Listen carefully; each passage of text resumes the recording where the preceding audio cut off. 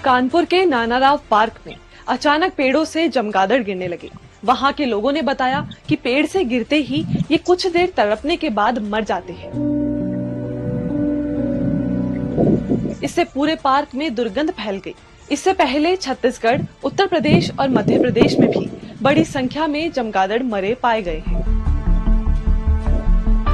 आज भास्कर एक्सप्लेनर में जानेंगे कि आखिर इतनी बड़ी संख्या में चमगादड़ों के मरने की वजह क्या है, वो कितनी गर्मी बर्दाश्त कर सकते हैं और टेम्परेचर बढ़ने का चमगादड़ों के शरीर पर क्या असर होता है।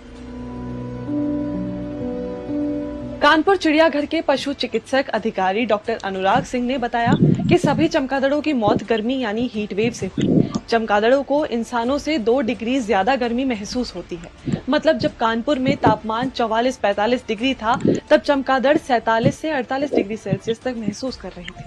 अधिकतर जगहों पर जब चमगादड़ों का पोस्टमार्टम किया गया तो मौत का कारण हीट वेव और गर्मी ही सामने आया, क्योंकि जिन जगहों कानपुर, कोरबा, बांदा, ललितपुर और कमलकुंडी में चमगादड़ों की मौत हुई, वहां टेम्परेचर 42 डिग्री पार था।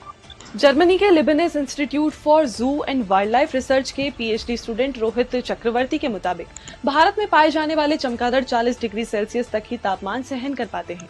42 डिग्री सेल्सियस उनके लिए टिपिंग पॉइंट है। यही वजह है कि अक्सर चमगादड़ पेड़ की छांव, गुफाओं और पुरानी अंधेरी जगह पर अपना बसेरा बनाते हैं, जहां तक धूप न पहुंचे, ताकि वातावरण और शरीर के अंदर के तापमान में बैलेंस बन पाए। वहीं भारत में अधिकतर फ्लाइंग फॉक्स चमगादड़ पाए जाते हैं, जो बड़े आकार के होते हैं और फल खाते हैं। इनके पंख करीब 5 फीट और शरीर की लंबाई करीब 16 इंच होती है। ये चमगादड़ घने पेड़ों में रहते हैं, लेकिन गर्मियों में पेड़ों के पत्ते गिर जाने से उन पर सीधी धूप पड़ने लगती है। गर्मी से बचने के लिए ये अपने पंखों से शरीर को ठंडा करने की कोशिश करते हैं, जिससे उनकी फिजिकल एक्टिविटीज बढ़ जाती है।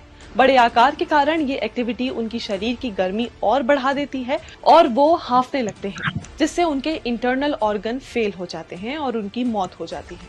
ये मुद्दा इसलिए चिंता का विषय है क्योंकि चमगादड़ आमतौर पर 15 से 20 साल जीवित रहते हैं और साल में एक बच्चा पैदा करते हैं, लेकिन गर्मी में उनकी संख्या में गिरावट हो रही है। उस्मानिया यूनिवर्सिटी में जूलॉजी के प्रोफेसर श्रीनिवासलू के अनुसार अगर चमगादड़ों की संख्या में बड़े पैमाने पर कमी आई तो वे विलुप्त होने के कगार पर पहुंच सकते हैं, जिससे 40 किलोमीटर के दायरे में इकोसिस्टम प्रभावित होगा। वैज्ञानिक बताते हैं कि जीवित चमगादड़ ज्यादा नुकसान नहीं पहुंचाते, लेकिन मरने के बाद जूनोटिक बीमारियों का खतरा बढ़ जाता है, जो जानवरों से इंसानों में फैलता है। नवंबर 2018 में ऑस्ट्रेलिया में भीषण गर्मी के कारण 23,000 से अधिक चमगादड़ों की मौत हुई थी। उस समय कई दिनों तक तापमान 42 डिग्री के ऊपर बना रहा। इससे पहले ऑस्ट्रेलिया में करीब 75,000 चमगादड़ थे, जिनमें से 1/3 मर गए।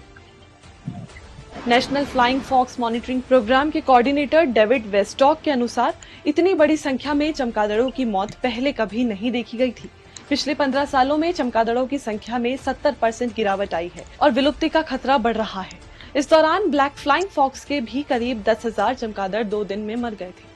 एक्सपर्ट्स बताते हैं कि लगातार चमगादड़ों की मौत से धरती पर इकोलॉजिकल इम्बैलेंस का खतरा भी पनप रहा है।